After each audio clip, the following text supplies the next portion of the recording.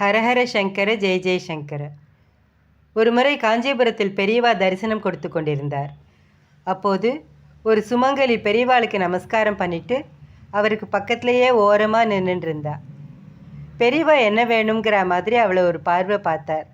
உடனே அந்த பெண்மணி, பெரியவா, நான் தீர்க்க சுமங்கலியாக இருக்கணும், அதுக்கு பெரியவா தான் அனுகிரகம் பண்ணணும்னு சொன்னான்.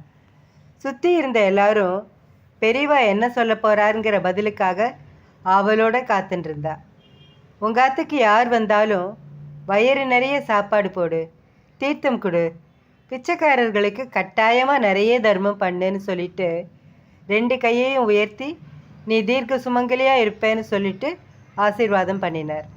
அதுக்கப்புறம் குங்கும பிரசாதம் கொடுத்து அனுப்பினார். அந்த அம்மாவுக்கு ரொம்ப சந்தோஷம். கட்டாயம் அப்படியே பண்ணுறேன் பெரியவான்னு சொல்லிட்டு அங்கேருந்து போயிட்டா. பெரியவா சொன்ன மாதிரியே நிறைய அன்னதானம் பண்ணினா.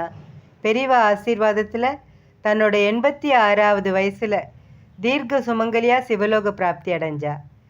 நம்ம வீடுகளுக்கு கூட யார் வந்தாலும் அவளுக்கு வயிறார சாப்பாடு போடணும். தர்மம்னு யார் வந்து கேட்டாலும் இல்லைன்னு சொல்லாமல் நம்மளால் முடிஞ்ச அளவுக்கு தானம் பண்ணணும். அப்போது நமக்கு எல்லா சௌபாகியங்களும் கிடைக்கும். நாம் இந்த நல்ல விஷயத்தை நிச்சயம் கடைப்பிடிப்போம். ஹரஹர சங்கர ஜெய ஜெய சங்கர. காஞ்சி சங்கர காமகோட்டி சங்கர.